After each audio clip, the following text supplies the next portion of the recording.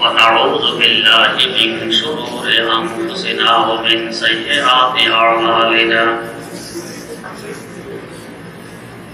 من يهده الله فلا مضل له ومن يضلله فلا هادي له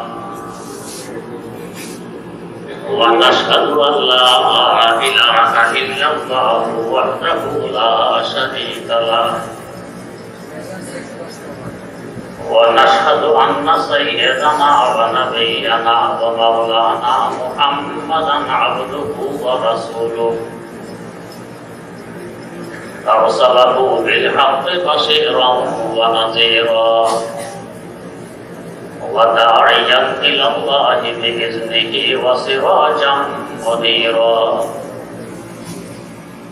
صلى الله تعالى عليه وعلى آله وأصحابه وسلم تسليما كثيرا كثيرا أما بعد فأعوذ بالله من الشيطان الرجيم بسم الله الرحمن الرحيم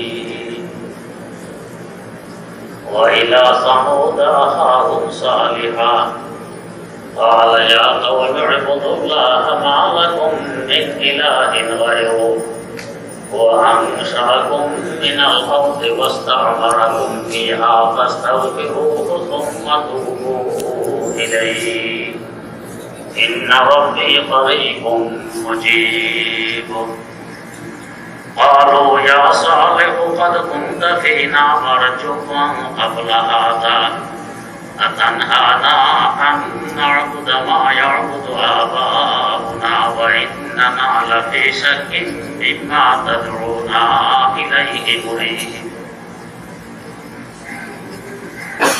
قال يا قوم أرأيتم إن كنت على بينة من ربي وآتاني منه رحمة فمن ينصرني من الله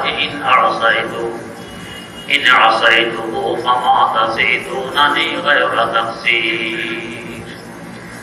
ويا قوم هذه ناقة الله لكم آية فذروها تأكل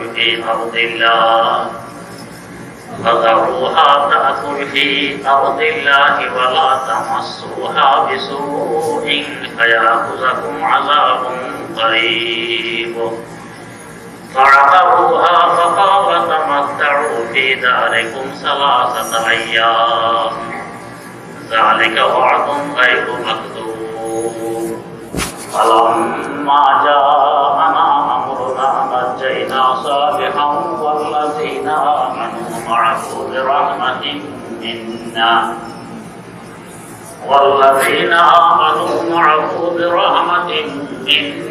ومن خزي يومئذ إن ربك هو القوي العزيز وأخذ الذين ظلموا الصيحة فأصبحوا في ديارهم جاثمين كأن لم يغنوا فيها ألا إن ثمود كفروا ربهم ألا بعدا لثمود كأن لم يغنوا فيها ألا إن ثمود كفروا ربهم ألا بعدا لثمود صدق الله مولانا العظيم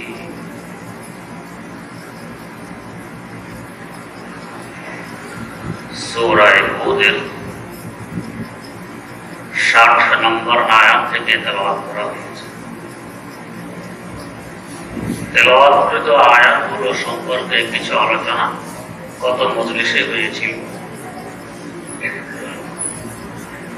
আল্লাহ রাব্বুল আলামিন আদ গোত্র সম্পর্কে আলোচনা করেছেন এর আগের আয়াতগুলোতে। এদের উপর মারাত্মক ভাবে আযাব আসে, বাতাসের আযাব। এদের মধ্য থেকে অল্প কিছু সংখ্যক মানুষ যারা হযরত হুদ আলাইহিস সালামের উপর ঈমান আনয়ন করেছিল তারা বেঁচে গিয়েছিল। এদের সন্তান সন্ততি বাড়তে বাড়তে অনেক বেড়ে যায়। কোন কোন রাওয়ায়াত অনুযায়ী এরা বসতি স্থাপন করে ফিলিস্তিনে, কোন কোন রাওয়ায়াত অনুযায়ী সিরিয়ায়, কোন কোন রাওয়ায়াত অনুযায়ী ইয়ামানে। যেখানে বসবাস করুক, এদের আর্থিক সবলতা দেখা দেয়। এদের জমিন হয়ে ওঠে সবুজ শ্যামল, বাগান হয়ে ওঠে তরুতাজা, বৃষ্টি পানির ঝর্ণা। এদের পশু পাখির আর কোনো অভাব ছিল না। যখন মানুষ অনেক বেশি সুখে পড়ে, পয়সা করে খুব বেশি হাতে চলে আসে, তো আল্লাহ মাফ করুক, তখন আল্লাহকে ভুলে যায়। সবাই ভুলে যায় এমন নয়, ব্যতিক্রমও কিছু মানুষ আছে। অর্থ সম্পদ যত বাড়ে আল্লাহর কথা ততই বেশি স্মরণ করে। তখন বুঝতে হবে অর্থ সম্পদ আমার আল্লাহর রহমত। আর যদি খোদা না করুক তার বিপরীত ঘটে, অর্থ সম্পদ যতই বাড়ে ততই নাফরমানি বাড়ে, আল্লাহকে ভুলে যায়, মনে করে সব আমার কৃতিত্ব। বুঝতে হবে এটা আল্লাহর গজব। এই সম্পদ তার জন্য গজব টেনে আনবে, এটা পরীক্ষা।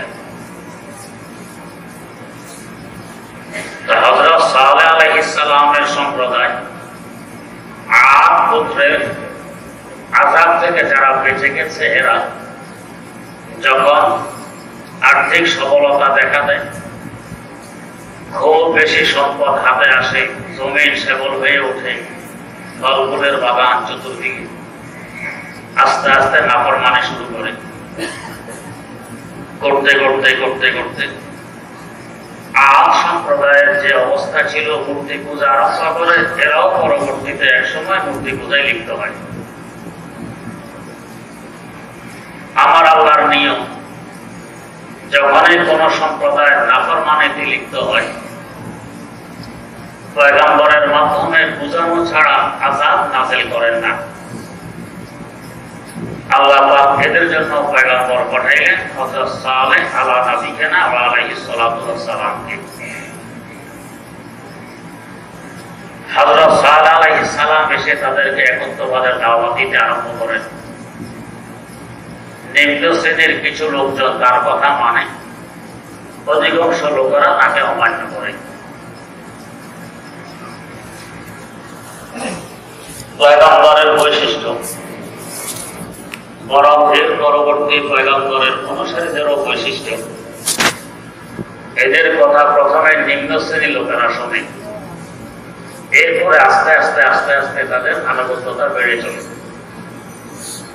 হযরত সালেহ আলাইহিস সালামের অবস্থা তাই।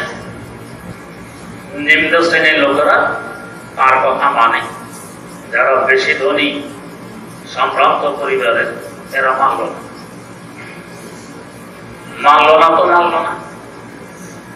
না মেনে চুপ থাকা এক কথা, বিরোধিতা করা আরেক কথা। কোন পথ প্রদর্শক আল্লাহর কোন মনোনীত বান্দাকে না মেনে চুপ থাকা, এটা এক কথা, আর বিরোধিতা করা আরেক কথা। এরা আল্লাহর পয়গম্বরের বিরোধিতা আরম্ভ করে। আল্লাহ পাক পয়গম্বর বানানোর জন্য তোমাকে পেয়েছি। তোমার ছোটবেলা দেখছিলাম তুমি বড় ভালো মানুষ, বুদ্ধি শুদ্ধি ভালো, শেষমেশ আমাদের প্রতিমার বিরোধিতা আরম্ভ করছো, এই তোমার বুদ্ধি। আল্লাহ রাব্বুল আলামিনের নিয়ম, যাকে আল্লাহ পাক পয়গম্বর হিসাবে মনোনীত করবেন, পয়গম্বরদের পরে পয়গম্বরদের অনুসারী, উত্তরসূরি, ওয়ারিস হিসাবে মনোনীত করবেন, এদেরকে ছোটবেলা থেকে আল্লাহ পাক বুঝবুদ্ধি বেশি দিয়ে দেন। হযরত সালেহ আলাইহিস সালাম ও বুঝবুদ্ধি বেশি, এরা তখন খুব প্রশংসা করত।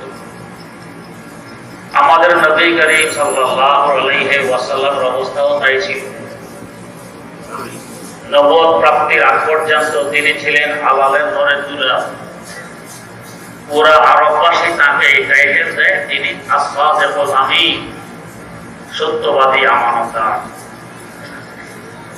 কিন্তু যখনই নবুয়ত প্রাপ্তির পর একত্ববাদের দাওয়াত আরম্ভ করলেন, এখন সত্য হয়ে দাঁড়ায়।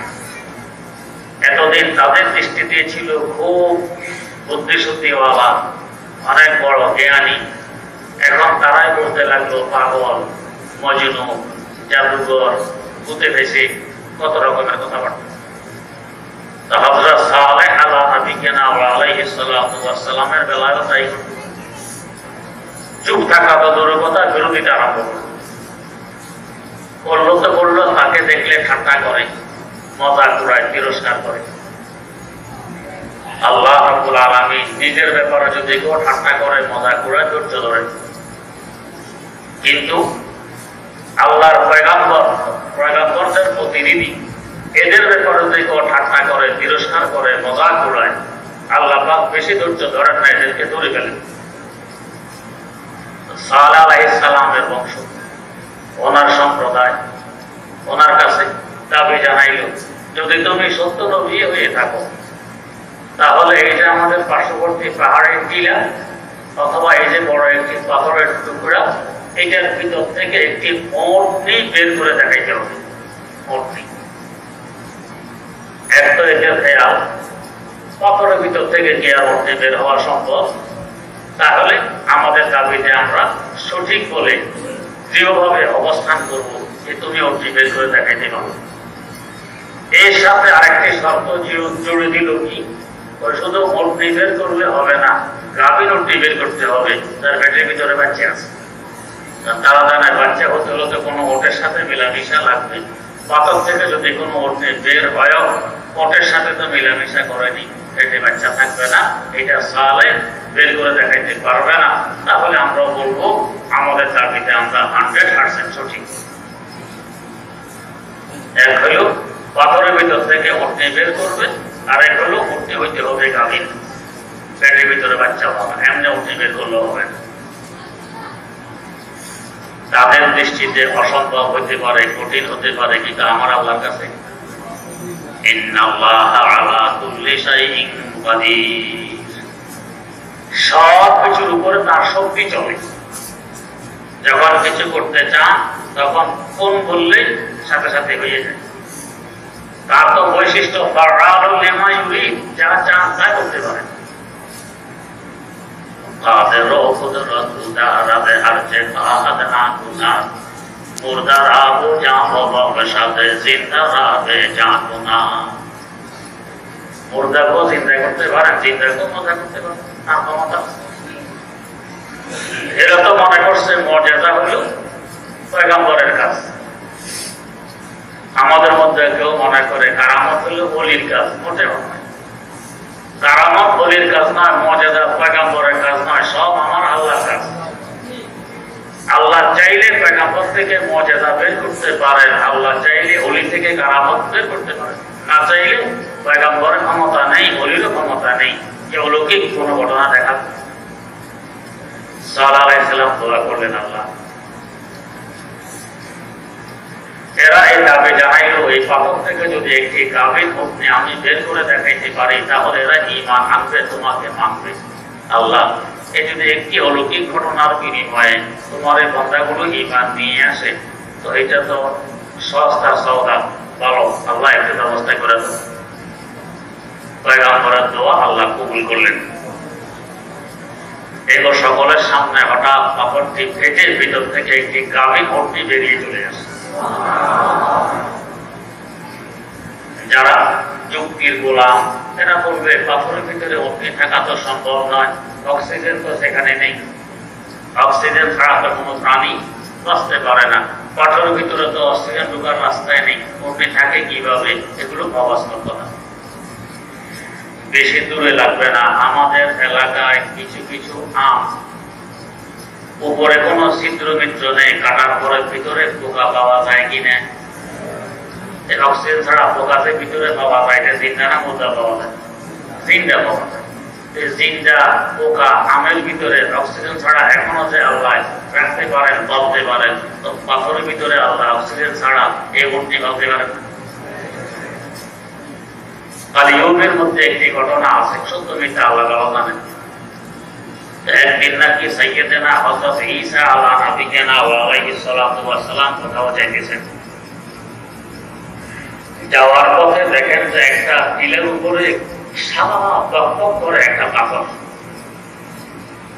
উনি পাথরের সৌন্দর্যতা দেখে আশ্চর্য হয়ে পাথরের দিকে তাকাইয়ে দাঁড়াইয়ে আছেন।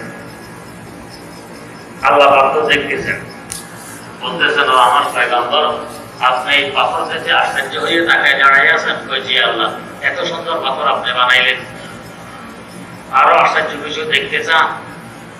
কই জি। তাহলে পাথরের মধ্যে হাতের লাঠি দিয়ে বাড়ি মারলেন। তিনি পাথরের মধ্যে হাতের লাঠি দিয়ে বাড়ি মারলেন।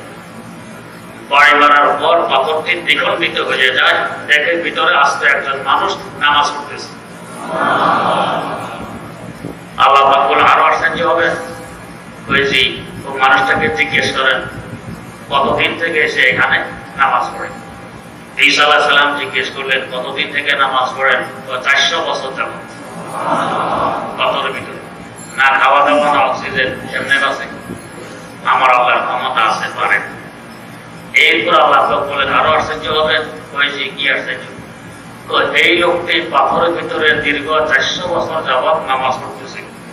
এখানে গুনাহের কোনো সুরত নেই, সম্ভাবনা নেই, গুনাহ করার কোনো ব্যবস্থা নেই।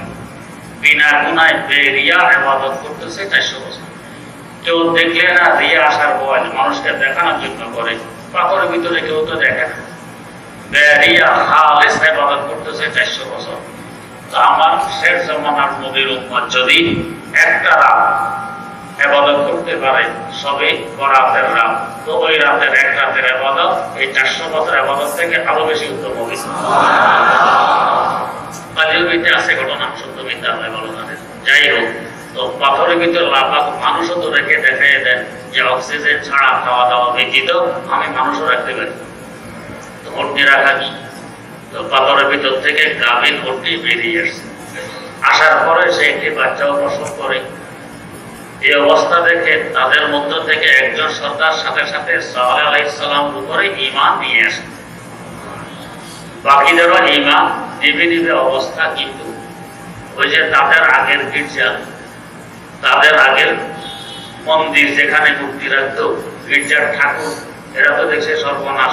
সব যদি সালেহের কথা মেনে নেয়, আমাদের তো বাথানি বন্ধ, আমাদের অবস্থা কি হবে? নিজের চিন্তা। আর দরকার তো ছিল ওরা সহ সালেহ আলাইহিস সালামকে মেনে নেয়।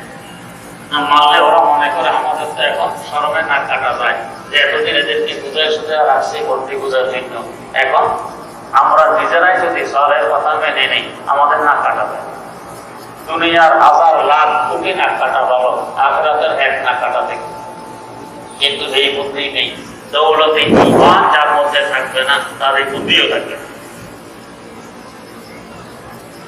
ঠাকুররা ওদেরকে বারণ করলো যে একজন ঈমান নিয়ে আসছে, জানুক তোমরা ঈমান আনবা না, খবরদার। এই ঠাকুরদের কথা এরা ঈমান আনলো, যার মানলাম তো আনলো না। আমার আল্লাহর একটি নীতি, যখন কোনো অলৌকিক ঘটনা যাওয়ার পরে আল্লাহ পাক দেখাইয়ে দেন, এরপরও যদি না মানে গজব চলে আসে। হযরত সালেহ আলাইহিস সালাম এদেরকে বুঝাইলেন যে এখন যদি না মানো গজব আসবে। এরপরও পয়গম্বরের দোয়া গজব সাথে সাথে আসতে ছিল না। আল্লাহ পাক এদেরকে বলে দিলেন এই যে মূর্তিটা বের হয়ে আসলো পাথর থেকে, এটা তো এখন খাওয়া দাওয়া লাগবে। এতদিন তো অলৌকিক অবস্থায় ছিল পাথরের ভিতরে, এখন তো বেরিয়ে চলে এসেছে তোমাদের সামনে। এখন এটা মাঠে ঘাটে চলবে, এটার গলায় কোনো রশি বাঁধা হবে না, এটা স্বাধীনভাবে চলবে। আর পানি পান করার জন্য যে তোমাদের বস্তিতে কূপ আছে, এই কূপের একদিনের পানি থাকবে এই মূর্তির জন্য, বাকি একদিনের পানি তোমাদের সমস্ত পশু পাখি আর তোমাদের জন্য।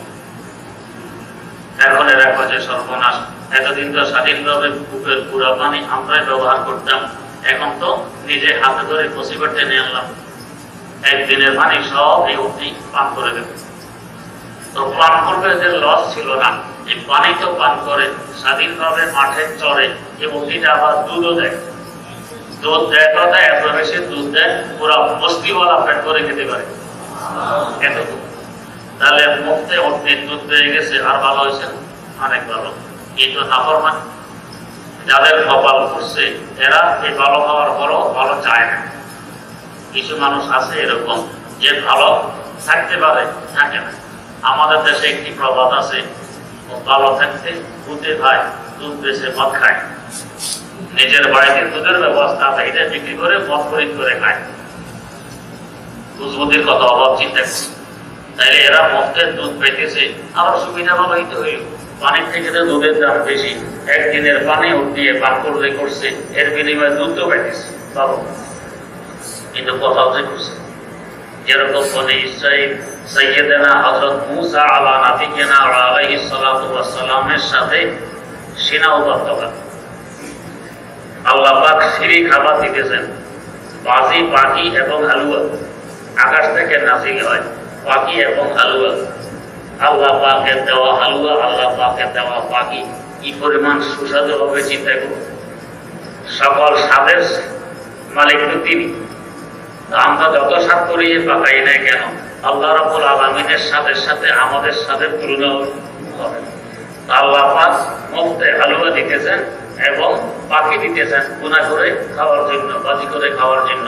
কত সুখের খাবার। কিন্তু বনে ইসরাইল এদের স্বভাবটাই হলো টেরা দেখা, সোজা পথে খুব কম দেখা বুঝে। মূসা আলাইহিস সালামকে ধরছে, মূসা আমরা এগুলি খাবো না, তুই কি খাবা? তো খাবো ডাল, ডাল খাবি, খাবো পেঁয়াজ, রসুন, এগুলি খাবো।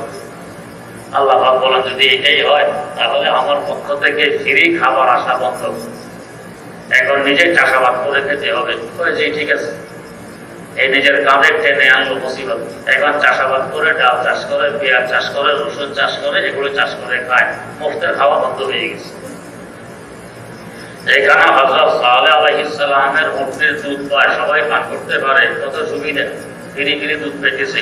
কিন্তু না, এটা আমাদের একদিনের পানি খেয়ে ফেলে বড় মুশকিল। কিন্তু যদিও নাকি উপর উপরে মানে না, ভিতরে ভিতরে তো বুঝে যে সালেহ আসলে সত্য নবী।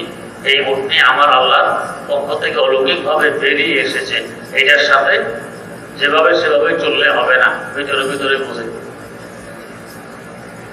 আমাদের দেশেও দেখবেন যারা নবীদের উত্তরসূরির ব্যাপারে তুচ্ছ তাচ্ছিল্য করে, তিরস্কার করে, মজাক ঘোরায়, বলে তো ঠিক, নির্জনে গেলে ভিতরে ভিতরে বুঝে আসলে আলেম সমাজ কেমন।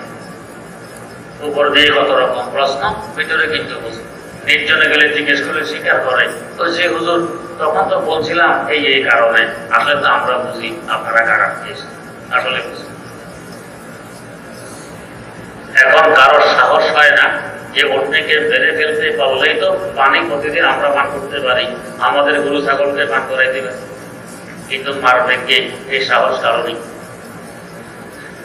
একজন লিডার তার সুন্দরী মেয়েকে পেশ করছে এক যুবকের সামনে, যদি তুমি উটনি এটা বেড়ে দিতে পারো আমার মেয়ে তোমাকে দিয়ে দিবে। আরেক লিডার এরকম এক সুন্দরী মহিলা পেশ করছে, তুমিও যদি মারতে পারো তাহলে এই মহিলা, সুন্দরী মহিলা তোমাকে দিয়ে দিবে। এরা দুজন মহিলার লালসায় ঠিক আছে আমরা উটনি বেড়ে দিই। উটনি যখন পাহাড় থেকে বের হয় মাঠে চড়ার জন্য, এই সময় এরা উটনির রাস্তার পাশে বসা ছিল, উটনির সামনে আসছে, এরা মিলে উটনির পায়ের গোছা কেটে দেয়। এই কথা বলছে। এদেরকে আল্লাহ পাক কোরআনে বলছেন আশকা, সবচেয়ে বড় নসিব, সবচেয়ে বড় দুর্ভাগ্য।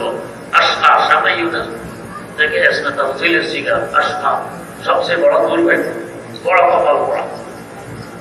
বাস উটনি যখন পায়ের গোছা কেটে দেওয়া হয়, এই উটনির এই অবস্থা দেখে উটনির বাচ্চা চিৎকার দিতে দিতে পাহাড় দিকে ভেগে যায়। এরপর অদৃশ্য হয়ে গেছে, এই বাচ্চা কোথায় গেল আর খোঁজ পাওয়া যায়। উটনি এখানে মারা গেল, চার পায়ের গোছা কেটে দিকে রক্তকরণ হয়ে উটনি মারা গেছে। যখন হযরত সালেহ আলাইহিস সালাম সংবাদ পাইলেন যে এরা উটনিকে মেরে ফেলছে, হায় হায় হায়, আযাব তো এখন নাযিল হবে, এখন এদেরকে বাঁচানোর কি উপায়? যদিও পয়গম্বরের নাফরমানি করে, পয়গম্বরদের অন্তর থাকে নরম, পয়গম্বরদের অন্তর নরম। তাই দেখবেন যারা পয়গম্বরের উত্তরসূরি আলেম সমাজ, বিজ্ঞ আলেম, এদেরও অধিকাংশের অন্তর নরম থাকে। উপর দিয়ে শুকিয়ে গরম গরম দেখায়, একটু করে দেখবে নরম হয়ে যাবে। নরম না, পয়গম্বরদের বৈশিষ্ট্য, তাদের আচরণ প্রভাব পয়গম্বরের উত্তরসূরি তাদের ওয়ারিসের মধ্যেও বিস্তার লাভ করে, এরা নরম। এখন পয়গম্বর তো চিন্তিত, আযাব তো আসবে। আল্লাহ রাব্বুল আলামিন আয়াত নাযিল করে জানাই দিলেন যে 3 দিনের মধ্যে আযাব চলে আসবে। 3 দিনের শোনায়া দেয়া হইল 3 দিনের মধ্যে আযাব আসবে। এখনো যদি এসে পয়গম্বরের হাতে তওবা করে আমার আল্লাহর দরবারে, এখনো যদি মেনে নেয় একত্ববাদ, এখনো যদি মেনে নেয় তাওহীদ, তাহলে বাঁচতে পারবে। কিন্তু কপাল যে করছে, কেউ আছে লিডারের মোহে আর কেউ আছে ঠাকুরগিরির মোহে, মানতে পারলো। বাস প্রথম দিনে দেখা গেল সকলের চেহারা ফ্যাকাশে হয়ে গেছে। মানুষ খুব বেশি ভয় পেয়ে গেলে আতঙ্কিত হলে যেরকম চেহারা ফ্যাকাশে হয়, সব চেহারা ফ্যাকাশে। এখন একজন আরেকজনের দিকে তাকায়, মনে করছে এর চেহারা তো তোমার চেহারা এরকম হইল কেন, তোমারও তো এরকম, তোমার এরকম হইল কেন, নিজের চেহারা তো দেখে না, আরো জনটা দেখে। এখন সবাই দেখে সবার চেহারা ফ্যাকাশে। যদিও লিডারের মোহে, সম্পদের মোহে, ঠাকুরগিরির মোহে মানে না নবীকে, কিন্তু বোঝে তো নবী তো ঘোষণা দিয়েছেন 3 দিনের মধ্যে আযাব আসবে। ভয় তো আসলে পাওয়ার কথা, আযাব তো আসবে, চেহারা ফ্যাকাশে। দ্বিতীয় দিন দেখে সকলের চেহারা লাল হয়ে গেছে। অধিক ভয় পাইলে, খুব বেশি আতঙ্কিত হলে চেহারা লাল হয়, দেখে সবার চেহারা হয়ে গেছে লাল। এখন চাওয়াচাবি করে একটা আরেকজনের চেহারা থেকে, তোমার চেহারা লাল ব্যাপার কি, তোমার তো দেখিলাম। তৃতীয় দিন দেখে সকলের চেহারা কালো হয়ে গেছে, একদম কালো, কয়লার মতো কালো হয়ে গেছে। এরপরে রাত্রে সবাই ঘরে শুইল, এর মধ্যে বিভিন্ন প্রকারের আযাব। একটা আসলো জলজলা, ভূমিকম্প, মারাত্মক আকারে, বড় বড় ধসে পড়তে লাগলো। একটা আসলো বিকট আওয়াজ, হযরত জিবরাইল আমিন আলাইহিস সালামের বিকট আওয়াজ। এই আওয়াজ তারা সইতে পারেনি, কানের পর্দা ফেটে গেছে আওয়াজ।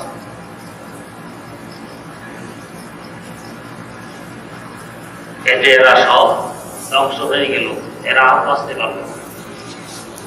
পয়গম্বরের কথা না শুনলে যে পরিণাম, সে পরিণাম এদের এসে গেছে। আল্লাহ রাব্বুল আলামিন ঘটনাটি এখানে বর্ণনা করে আমাদেরকে শিক্ষা দিতে চান যে তোমরা আমার পয়গম্বরের কথা শোনো। পয়গম্বর অনুপস্থিতিতে পয়গম্বর উত্তরসূরি যাদেরকে পয়গম্বর ওয়ারাসাতুল আম্বিয়া, নবীর ওয়ারিস ঘোষণা দিয়ে গেছেন, তাদের কথা শোনো। না শুনলে আযাব তো আসতো। তবে আমার পয়গম্বর আমার কাছে দোয়া করে গেছেন আল্লাহ যে আমার উম্মতকে আপনি দুনিয়াতে এইভাবে আযাব দিয়েন না। ওই নবীর দোয়া কবুল হয়ে গেছে, এই জন্য আযাব আসে না। নবী দোয়া না করলে তোমাদের উপর আযাবটা আসতো। এই শিক্ষা দেওয়ার জন্য আল্লাহ পাক আয়াতগুলো নাযিল করলেন। আল্লাহ পাক বলেন ওয়া ইলা সামুদ আখাহুম সালিহা, আমি সামুদ গোত্রের কাছে তাদের থেকে সালেহ আলাইহিস সালামকে পাঠাইলাম হেদায়েত দিতে। আমার আল্লাহর নিয়ম, যে গোত্রকে হেদায়েত করতে চান ওদের মধ্য থেকেই একজনকে হাদি হিসাবে, প্রদর্শক হিসাবে নির্বাচন করেন যে তুমি এদেরকে হেদায়েত করবে।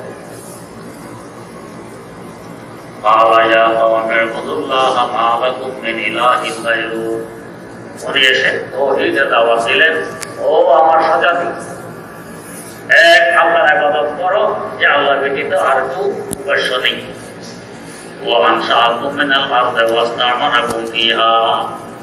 তিনি তোমাদেরকে সৃষ্টি করেছেন, তিনি তোমাদেরকে জমিন থেকে সৃষ্টি করেছেন, জমিনের মধ্যে আবাদ করেছেন। এতদিন যে মূর্তি পূজা করে নাফরমানি করে অন্যায় করেছ, এর জন্য আল্লাহর কাছে ইস্তিগফার করো, তওবা করো। ইন্না রাব্বী করিবুম মুজিব, নিঃসন্দেহে আমার পালনকর্তা তোমাদের কাছে এবং দোয়া কবুল করতে পারে, তওবা কবুল করতে পারে। ক্বালা ইয়া সালিহু কাদ কুনতা ফীনা মারজুয়া, সালেহ, এতদিন তো তোমাকে দেখতাম আমাদের আশার আলো, তোমার থেকে অনেক কিছু আশা করছিলাম, বুদ্ধি শুদ্ধি দেখছি অনেক ভালো, বুঝবুদ্ধি অনেক উঁচু মানের, এখন যে দেখ অবস্থা অন্যরকম। কাদ কুনতা ফীনা মারজুয়ান ক্বাবলা হাযা, এই দাওয়াতের আগ পর্যন্ত দেখছিলাম বড় ভালো মানুষ, বুঝবুদ্ধিও। আতানহানা আন না'বুদা মা ইয়া'বুদু আবাউনা, আমাদেরকে নিষেধ করতেছ ইবাদত করতে, তার ইবাদত করে গেছে আমাদের বাপ দাদা, ওই সমস্ত মূর্তির ইবাদত করতে নিষেধ করতেছ।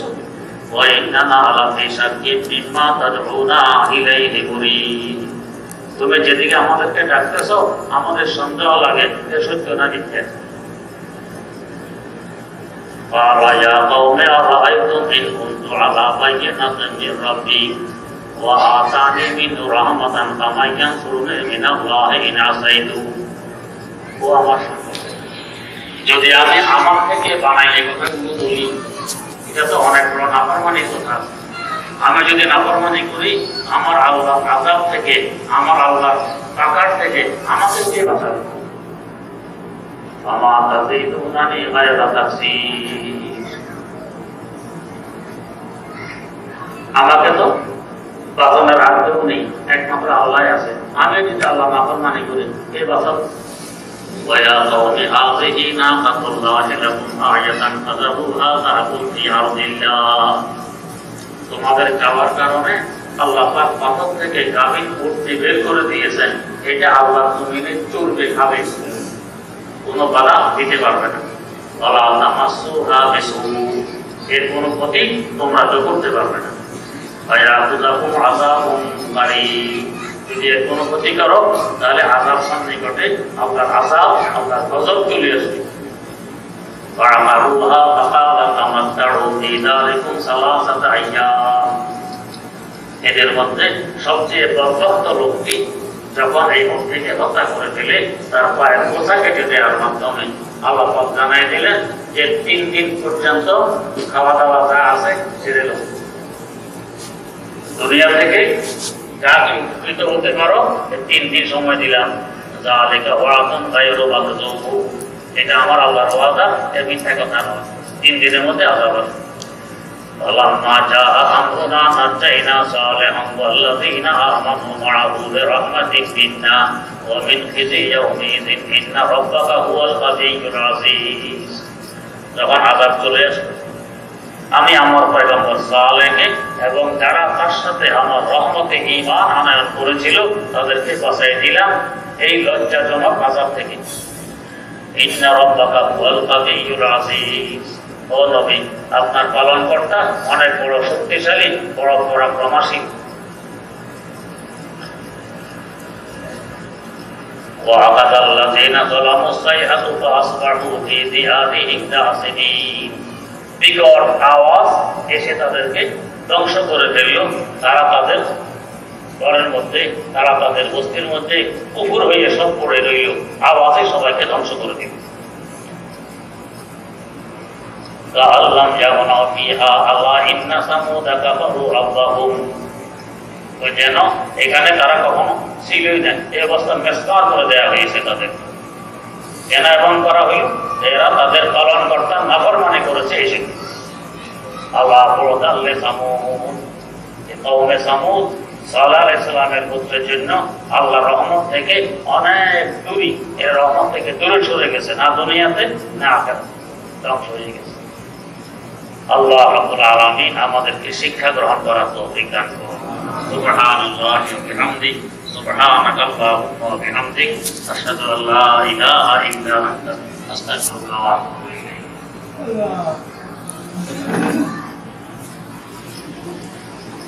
প্রশ্ন, ব্যাংকের চলাকৃত ডিপিএস এর উপর কি যাকাত দিতে হবে এবং যাকাত দিতে হলে কিভাবে আদায় করতে হবে? যে পরিমাণ পয়সা জমা হয়েছে এই পরিমাণ পয়সা যাকাত দিতে হবে 40 ভাগের 1 ভাগ। প্রশ্ন, যে ব্যক্তি 70,000 বার লা ইলাহা ইল্লাল্লাহ পাঠ করবে আল্লাহ তাআলা তাকে দুজকের আগুন থেকে মুক্তি দান করবেন, ইহা কি কোনো হাদিসে আছে? জি না, হাদিসে নেই। প্রশ্ন, এক ব্যক্তি অন্য ব্যক্তিকে কিছু টাকা দিয়েছে কিতাব কিনে সাদাকায়ে জারিয়া হিসাবে মাদ্রাসা দেওয়ার জন্য। উক্ত টাকা থেকে কিতাব কেনার পর বাকি টাকা গরিবদেরকে দেওয়া যাবে কিনা? যে না, মাদ্রাসায় কিতাব দিতে হবে, যেহেতু আপনাকে প্রতিনিধি বানাইছে কিতাবের জন্য, এর বাইরে কাজ করার অধিকার আপনার নেই। প্রশ্ন,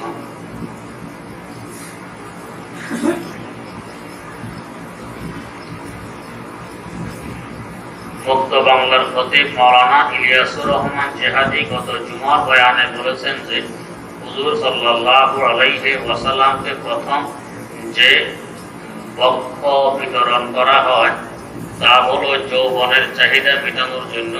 কথাটি ঠিক কিনা? আল্লাহ ভালো জানেন। প্রশ্ন, আপন চাচিকে কি সালাম দেওয়া যাবে? প্রয়োজনে যাবে, আর 55 বছরের বেশি বয়স হলে বিনা প্রয়োজনেও সালাম দেওয়া যাবে। আপন শাশুড়িকে সালাম দেওয়া যাবে? জি যাবে। প্রশ্ন, আব্দুল কাদের জিলানী রাহমাতুল্লাহ আলাইহির জন্ম 471 হিজরি, মৃত্যু 561 হিজরি। রাসূল সাল্লাল্লাহু আলাইহি ওয়াসাল্লামের কবর থেকে হাত মোবারক বের করার ঘটনা আপনি বলেছেন 7 হিজরি শতকে। 7 হিজরি করে আবার শতকে হয় না, 7 হিজরি। 6 হিজরি 7 হিজরি বেশ কতটুকু এখানে হয়তো ভুল হইতে পারে, 6 হিজরি ঘটনা হইতে পারে, অসুবিধা নেই। প্রশ্ন, উল্লেখ করছে আপনার বয়ানে বা কোরআনের তাফসীরে এরকম কিছু ঘটনার বর্ণনা রয়েছে যে ঈমানের সাথে সাংঘর্ষিক। দেওবন্দের আলেমদের অতিভক্তি, অন্ধ অনুসরণ, অনুকরণ এবং তাদের কিছু কর্মচিহ্ন তুলে ধরা, বয়ান করা একজন প্রকৃত মুমিনের সাথে মানায় না। কোন গোমরাহ সম্প্রদায় এই ধরনের কথাবার্তা বলতে পারে? দেওবন্দ যদি প্রতিষ্ঠান না হইত তো যারা এগুলো লিখতেছেন তারাও ইসলাম পাইতেন না, এরাও পাইছেন দেওবন্দীদের উসিলায়। প্রশ্ন, ইল্লাল্লাহ ইল্লাল্লাহ এভাবে জিকির সঠিক কিনা? নিঃসন্দেহে সঠিক। প্রশ্ন, গত বৃহস্পতিবার বাপ মাগরিব প্রায় মসজিদেই কিছু লোক একত্রিত হয়ে সশব্দে জিকির করে। আল্লাহ বলেন, তোমরা আমাকে স্মরণ করো হয় এবং একাগ্রতার সাথে, উচ্চ স্বরে বা অনুচ্চ স্বরে বা মনে মনে। এখানে বিশেষ দিন, বিশেষ সময় বা কিছু লোক একত্রিত হওয়ার কথা বলা হয়নি। এই কাজটি বেদাত কিনা? মোটেও বেদাত নয়। কোরআন দেখে যদি আপনি তফসির করতে পারতেন তো হাদিসের ভান্ডারের দরকার হইত না। জিকির একত্রিত ভাবে সশব্দে করা যায় কি যায় না, যদি হাদিস দেখতে চান তো সবাহাতুল যিকরে ফিল জাহরি বিল যিকরি প্রায় 300 পৃষ্ঠার একটি আরবি ভাষার কিতাব আছে, কিতাবটি দেখে নেবেন। আয়াত দেখে যদি এভাবে আমল করা যাইতো, মাসলা বের করা যাইতো তো তাহলে ইমামের দরকার হইতো না, এমনকি রাসূলেরও দরকার হইতো না। আল্লাহ পাক কোরআন পাঠিয়ে বলে দিতেন, কোরআন পাঠিয়ে দিয়েছি, এটা দেখে দেখে আমল করবা। এটা দেখে দেখে আমল করলে আমল সঠিক হবে না, বিধায় রাসূল পাঠানোর প্রয়োজন পড়েছে। প্রশ্ন, সালাত আল্লাহর হক, ওমরে কাজা আদায় করা না করা একান্তই বান্দা এবং আল্লাহর মধ্যে। আপনি এতটা নিশ্চিত কিভাবে হলেন যে ওমরে কাজা আদায় না করে তওবা করলেও আল্লাহ মাফ করবেন না? এটা তো আল্লাহর ক্ষমতা হস্তক্ষেপ করা।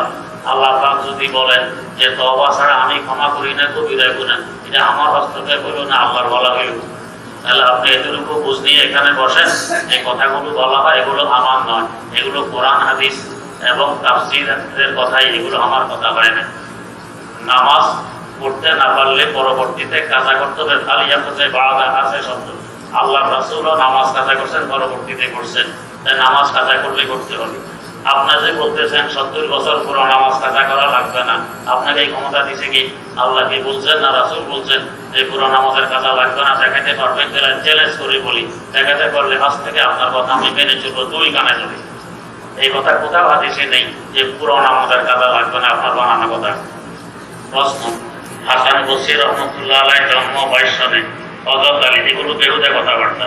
হযরত হাসান রাসূল আকরাম সাল্লাল্লাহু আলাইহি ওয়াসাল্লামের দুশরিক ছেলে। হযরত হাসানের জন্ম তারিখ আপনি দেখছেন, এই নিয়ে কতটা মত আছে আপনি জানেন, এই নিয়ে বহু মতানৈক্য আছে।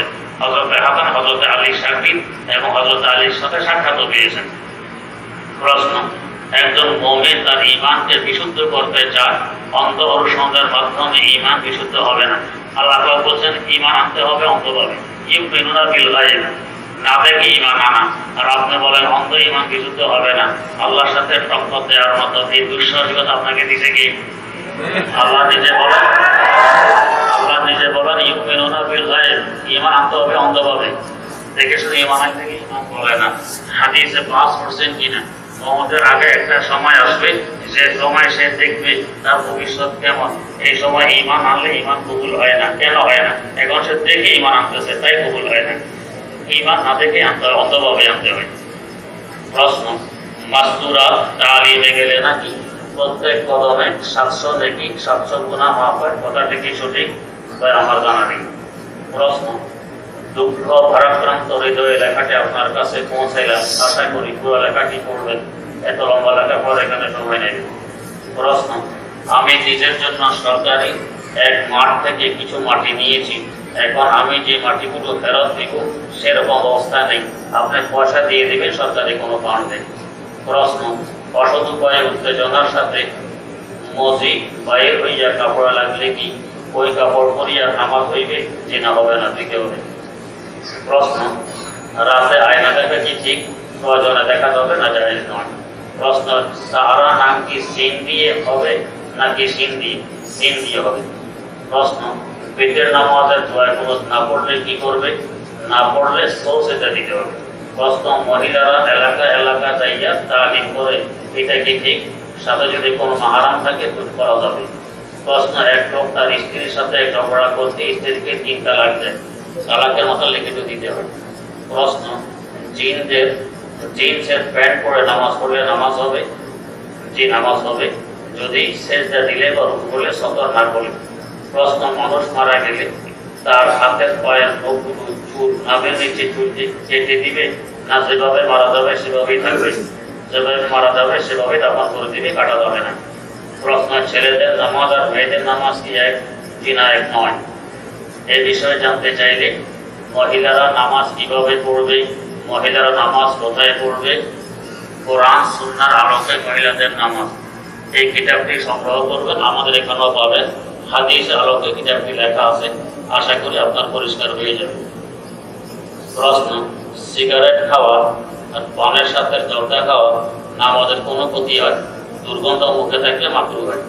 প্রশ্ন, আল্লাহ তাআলা আপনার নেকায়া দান করুন, মোহাম্মদ নেয়ামত আলী নামে আমার শ্বশুর আব্বা অসুস্থ, আল্লাহ আপনাকে সুস্থ করুন। প্রশ্ন, মেয়েদের বিয়ের সুন্নতি পোশাক কোনটি? সবসময় যে পোশাক সুন্নত, বিয়ের সময় সেই পোশাকই সুন্নত।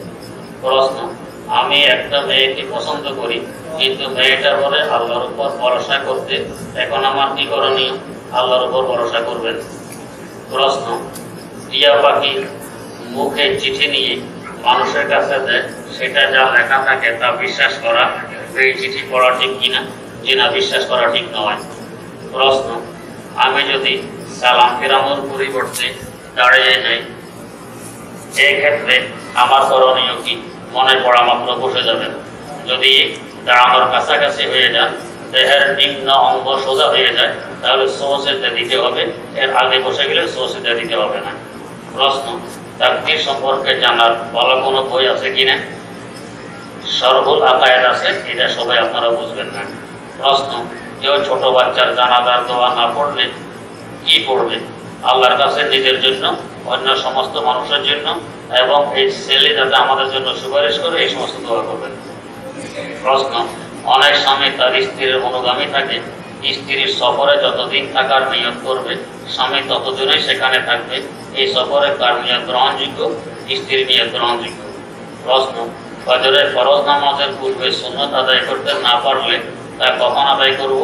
তা আদায় করবেন সূর্য উদয়ের 10-12 মিনিট পরে। প্রশ্ন, জোহর নামাজ, আসর নামাজ, মাগরিব নামাজ, এশার নামাজ কতক্ষণ সময়ের মধ্যে আদায় করা যায়? নামাজের সময় ক্যালেন্ডারে দেওয়া আছে, যেখানে জানার বিষয় নয়। প্রশ্ন, আমি গাজীপুর চৌরাস্তায় পড়াশোনা করি, মাঝে মাঝে মিরপুর একে আত্মীয়ের বাসায় আসি, এই ক্ষেত্রে কি আমি কসর পড়বো? জি না, কসর পড়বে না, পুরো নামাজ পড়বে।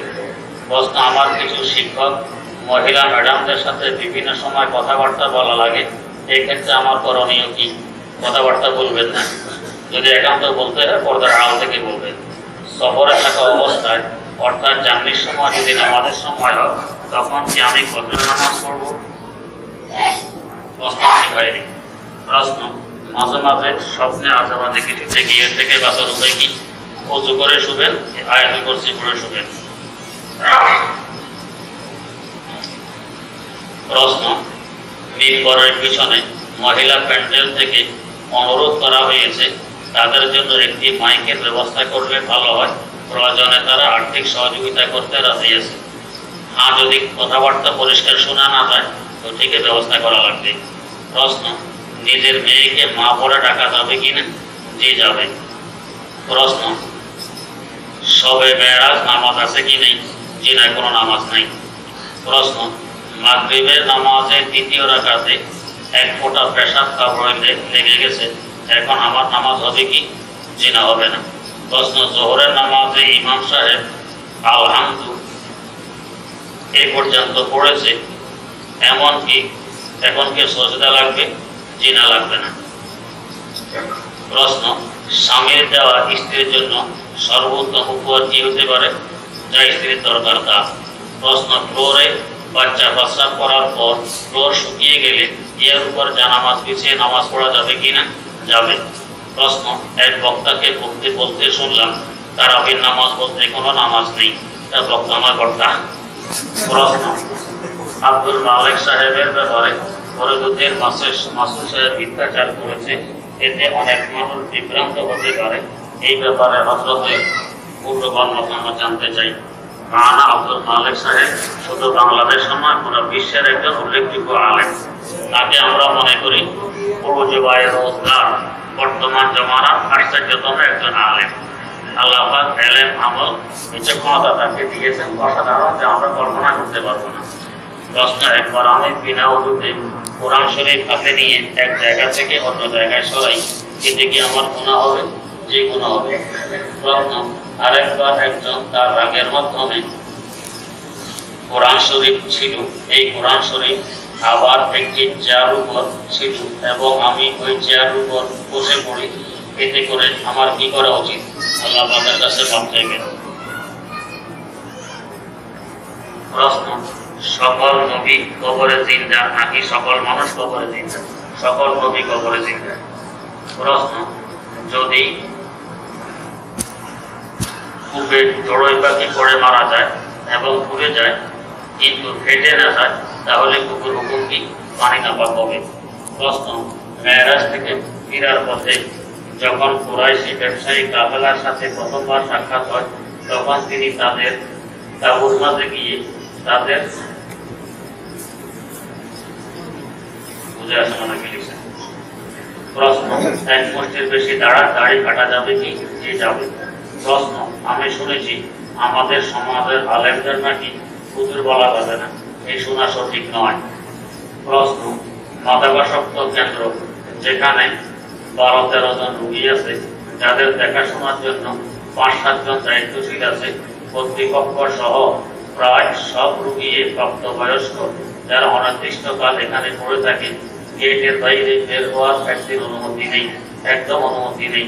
কর্তৃপক্ষ চাচ্ছে কেন্দ্রের বিল্ডিংয়ের মাঝে জুমা পড়া হবে, এমন জায়গায় 2টি রুমের মানুষ মিলে খতিব নিয়োগপূর্বক জুমার নামাজ সই হবে কিনা? যে সই হবে। প্রশ্ন, মেসাকের স্থানে ব্রাশ ব্যবহার করলে মেসাকের সুন্নাত আদায় হবে কিনা? যে হবে।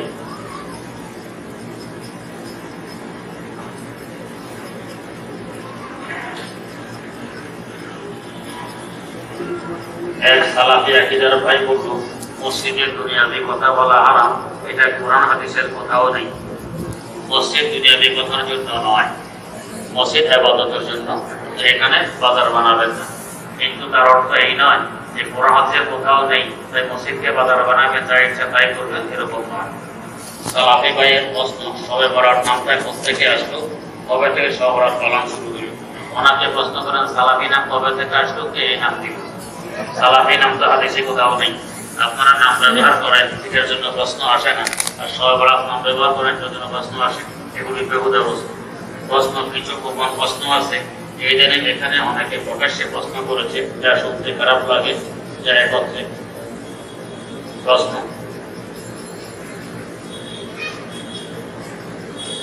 আমার দাদার সৎ ভাইয়ের বোন কি মাহারাম? যে না, মাহারাম নয়। প্রশ্ন, বিবাহ সাথী সম্পর্কিত কয়েকটি বইয়ের নাম হলো উপকৃত হব, বেশ দিতে পারবেন। প্রশ্ন, হজের সময় ছোট প্যান্ট করা যাবে? যে না, যাবে না। প্রশ্ন, এক বক্তার মুখে শুনলাম তারাবি নামাজ আবার। প্রশ্ন, এক ব্যক্তির কাছে 1 লাখ টাকা বিনিময়ে একটি জমি বন্ধক রেখেছিলাম। প্রশ্ন, আমি যদি আমার স্বামীর থেকে না বলে টাকা নেই এবং তা আমার সন্তানদের মাঝে মাঝে দান করি, তাহলে কি আমার গুনাহ হচ্ছে? যে গুনাহ হচ্ছে। প্রশ্ন, অনেক আলেম বলেছেন যে ইমাম মাহাদির আগমন প্রকাশ পাচ্ছে, এগুলো গায়েবী কথা আমরা বলতে পারবো না। প্রশ্ন, যদি কেউ বলে অমুক জাহান্নামে গেলে আমিও জাহান্নামে, তাহলে কি সে কাফের হয়ে যাবে? কাফের হবে না, তবে এমন কথাবার্তা মোমেনের শান নয়। প্রশ্ন, যদি কেউ তাশাহুদের পরে দুরূদ দোয়া পড়ে এবং সালাম না ফিরিয়ে অন্য কোনো কাজের মাধ্যমে নামাজ থেকে বের হয়, তাহলে কি তার নামাজ হবে? জি না, হবে না, পুনরায় পড়তে হবে। যদি কেউ ভুলে প্রথম বৈঠক না করে দাঁড়িয়ে যায়, অতঃপর স্মরণ হওয়ার পর সাথে সাথে বসে যায়, তাহলে তার করণীয় কি? বসে সেজদা দিয়ে নামাজ শেষ করবে। যদি কেউ 4 রাকাত পড়ে ভুলে দাঁড়িয়ে যায়, এগুলোর জন্য বেঁচে যাওয়ার পর এই সহজ মশলা এখানে প্রশ্ন করা নয়। প্রশ্ন, বাজারের মহিলাদের চুড়ি, কানের ফুল, গলার হার, আংটি ইত্যাদি সবকিছুই বর্তমানে সিটি গোল্ডের তৈরি।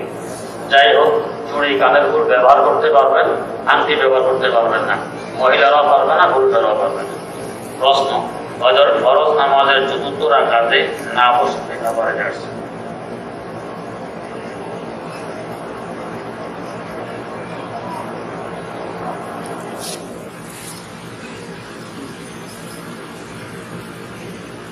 প্রশ্ন, মসজিদে কার্পেট কেনার নিয়তে টাকা রাখা হয়েছে, এখন সেই টাকা কি ওই মসজিদে অন্য কাজে ব্যবহার করা যাবে? দাতাদের অনুমতি সাপেক্ষে যাবে। যদি প্রচলন এইভাবে থাকে সমাজে যে ফান্ডের জন্য দেওয়া হয়, ওই কাজ করার পর অর্পিত টাকা মসজিদে খরচ করা হয়, তাহলে অন্য কাজে খরচ করতে পারবেন, অনুমতি লাগবে না। প্রশ্ন, আমরা এক মাদ্রাসার ছাত্রী, সামনে আমাদের ব্যাপার পরীক্ষা, আপনার কাছে দেওয়ার দরখাস্ত রইল। আল্লাহ পাক সবাইকে ভালো নম্বরের সাথে কামিয়াব করুন। প্রশ্ন, কেউ নামাজ যদি এভাবে নিয়ত করে যে আল্লাহর ওয়াস্তে আমি নামাজ আদায় করছি, এখানে আল্লাহর ওয়াস্তে বলা কি বলা যাবে? প্রশ্ন, আমি যোগ্যতা অনুযায়ী ইন্টারভিউর মাধ্যমে ইসলামিক ব্যাংক বাংলাদেশ লিমিটেডে সিনিয়র এক্সিকিউটিভ অফিসার হিসাবে নিয়োগপ্রাপ্ত হই। ইসলামের দৃষ্টিতে এই চাকরিটা আমার জন্য করা যায় কিনা? এখানে অনেক কাজকর্ম সুদ ভিত্তিক করতে হয়, যদি সুদগুলো পরিহার করে করেন তো তাহলে সমস্যা হবে না। ইসলামের দৃষ্টিতে বাংলাদেশের যে কোনো ব্যাংকে চাকরি করা যাবে কিন্তু সুদ ভিত্তিক ব্যাংক যেগুলো আছে এগুলোতে চাকরি করলে বেতন হারাম হবে। প্রশ্ন, অনেককে দেখা যায় রমজান মাসে হুজুরকে দাওয়াত দিয়ে মৃত মাতা পিতার জন্য দোয়া করা ও খানা খাওয়ায়, এভাবে কোনো সওয়াব পৌঁছে না। প্রশ্ন, খানা অবস্থা সালাম দেওয়া যাবে? লগ্ন মুখে থাকলে যাবে না, মুখ খালি থাকলে যাবে। প্রশ্ন, হাফেজদের দেখা যায় তারা কিন্তু অধিক দ্রুত কোরআন পড়ে, অনেক সময় দেখা যায় তার রক্ষা হয় না, এর কারণে কি গুনাহ হবে? যদি ভুল পড়ে তাহলে গুনাহ হবে।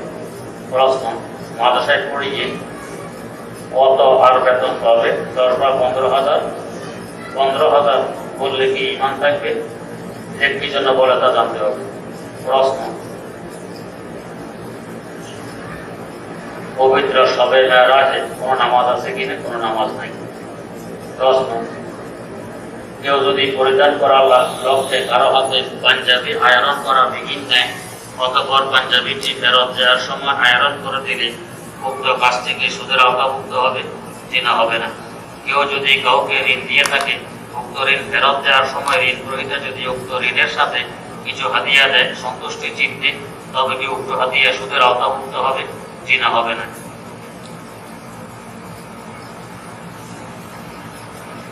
প্রশ্ন, কেউ যদি কারো বিছানার নিচ থেকে টাকা চুরি করে থাকে, এখন যদি সে উক্ত টাকা মালিককে সরাসরি দিতে লজ্জাবোধ করে, তাহলে কি তার জন্য সেই জায়গা থেকে টাকা নিয়েছে ওই বিছানার নিচে রেখে দেওয়া সঠিক হবে?